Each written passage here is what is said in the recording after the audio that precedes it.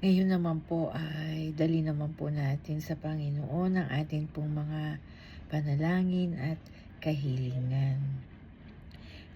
Idinadalangin po ni Sister Rose na ang patuloy na recovery po para kay Elder Amado para po dun sa kanyang eye operation. At gayon din po, dalangin niya ang maayos na kalusugan ng kanyang buong pamilya, lalong-lalo na po sa kanyang mga apo na nag-aaral.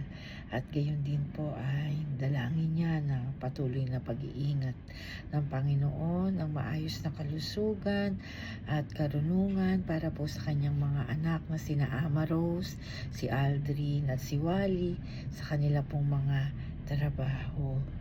Dinadalangin naman po ni Sister Candice na ang pag-iingat po nila, Lord, sa pagpunta nila sa Bulacan sa araw po ng linggo. Samahan mo po sila, Panginoon, sa kanilang pagpunta doon. Bigyan mo po ng patuloy na kalakasan si Pastor para po sa kanyang pagdadrive, papunta at pauwi. Gayon din po ay pagkalooban mo po si Pastor ng wisdom and anointing of the Holy Spirit sa kanya pong pagdi-deliver ng mensahe sa church po doon sa Bulacan.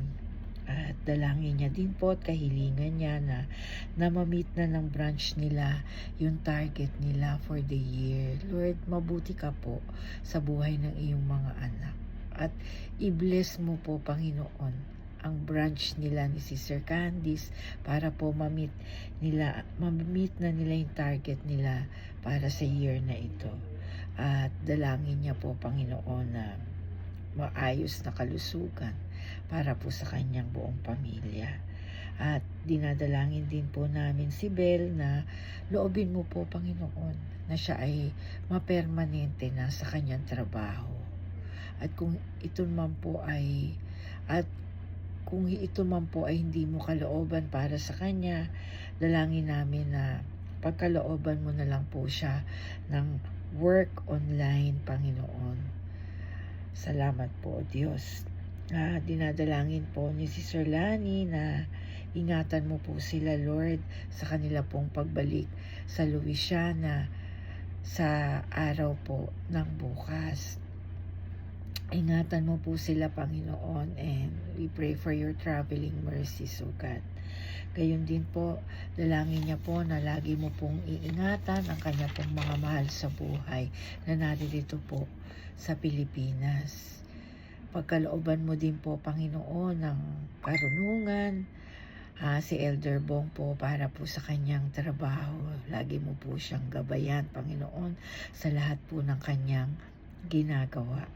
At dalangin niya din po, Panginoon, na ang salvation para po sa miyembro po ng pamilya niya na wala pa pong pagkakilala sa iyo, sa lahat ng mga mahal nila sa buhay. Tinataas din po namin, Panginoon, sa iyo si Rendel, Lord. Gabayan mo po ang batang ito, Panginoon. Bigyan mo po siya ng maayos na kaisipan, na mapag-isipan niya, Panginoon, kung ano po yung mga tamang desisyon sa buhay na dapat niyang gawin. Hipuin mo po, Panginoon, at buksan ang puso niya na malaman niya at matutunan niyang sundin kung ano po yung tunay na makabubuti para po sa kanya. Lord, minsan na siyang nakakilala sa iyo at alam namin, Panginoon, na hindi mo po siya pababayaan sa anuman pong mga desisyon niya sa buhay. Gabayan mo po siyang lagi, Panginoon. Gayon din po, Lord, dinadalangin namin sa iyo si Sister Ami. Patuloy mo po siyang pagkalooban ng maayos na kalusugan at lagi mo siyang ingatan. At gayon din po, we pray, Lord, para sa salvation po ng kanyang buong pamilya.